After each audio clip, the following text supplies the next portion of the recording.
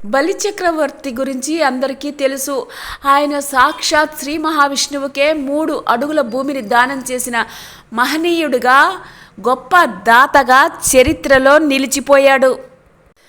బలిచక్రవర్తి గత జన్మలో ఒక దరిద్రుడు. అతడు నాస్తికంగా ఉంటూ వేద పండితులను, దేవతలను నిత్యం దూషిస్తూ తిరుగుతూ ఉండేవాడు. అతడు దరిద్రుడే కాకుండా వేశ్యాలోలుడు కూడా. ఒకసారి వేశ్యా సంగమానికి సిద్ధమై ఎలాగో తను సంపాదించిన ధనంతో తాంబూలం, సుగంధ ద్రవ్యాలు, శ్రీచందనం, కర్పూరం, మల్లెపూలు ఇత్యాది భోగ వస్తువులను ఒక సంచిలో పెట్టుకుని వేశ్యా వాటికకు బయలుదేరాడు. మార్గ మధ్యంలో నృసింహస్వామి దేవాలయం వద్ద కాలు జారి నేల మీద పడ్డాడు.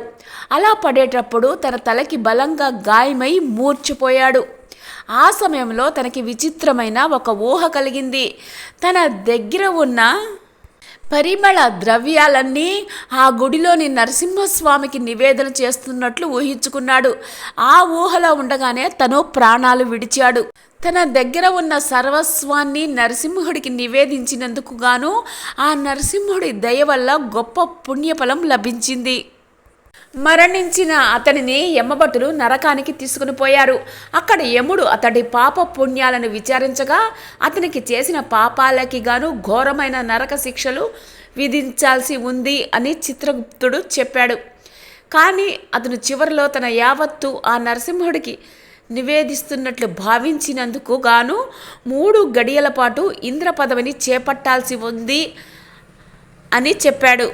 అలా 3 గడియలు పూర్తయ్యాక అతనిని నరకంలో శిక్షించవచ్చు అని చెప్పాడు.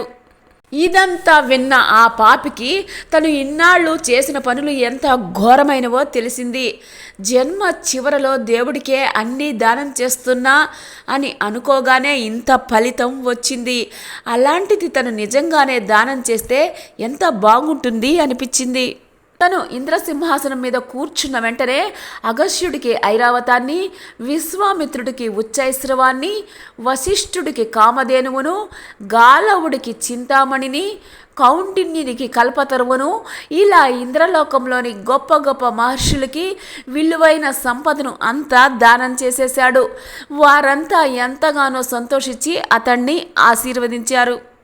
ఆ దాన ఫలితంగానే బలిచక్రవర్తిగా అవతరించి సాక్షాత్ శ్రీ మహావిష్ణువుకే 3 అడుగుల రూపేణ 3 లోకాలను దానం చేసిన పుణ్యాన్ని పొందాడు. చిరంజీవిగా పాతాళానికి రాజై నిలిచిపోయాడు.